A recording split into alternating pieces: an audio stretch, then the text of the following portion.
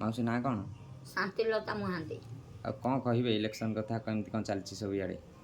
Election କ'ଣ ସେଇ ତ ଶଙ୍ଖ ହାୱା ବେଶୀ ଆଉ ଆମେ ତ ସେଇ ଶଙ୍ଖକୁ ଜାଣିଛୁ କି ଶଙ୍ଖକୁ ବି କହିପାରୁଛୁ। ଆଉ ଏବେ ଆଉ କ'ଣ କହିବୁ? ଆଉ ଏଇକି ଆଉ ତାଙ୍କୁ ଆଉ ତ ନିନ୍ଦି ହେବନି ନା, କାହିଁକି ନା ଆଉ ଆମର ପ୍ରତାପ ଜେନା ଯାହା ଉପକୃତ କରିଛନ୍ତି ବି ଠିକ୍ କରିଛନ୍ତି, କିଛି ତ ସେ ଭୁଲ କରୁନାହାନ୍ତି। ଆମେ ତାଙ୍କୁ ନିନ୍ଦିବୁ କାହିଁକି?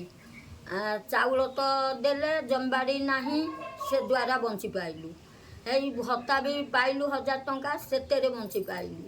ଆଉ ଏ ରାସ୍ତା ଘାଟରେ ଘରୁ ବାହାରିଲା ବେଳକୁ ବି ଡର ମାରୁଥିଲା, ଏଇକିନି ରାତି ଅଧ ଯାକେ ବୁଲିଲେ ବି ଡର ଭୟ ନାହିଁ। ଆଉ ଯୁଆଡ଼କୁ ଯିବୁ ତ ସାଡ଼େ ସୁବିଧା। ଆଉ ତାଙ୍କୁ ଆମେ କ'ଣ ପାଇଁକା ନିନ୍ଦିବୁ, ଆକୁ ତାକୁ ଦେବୁ?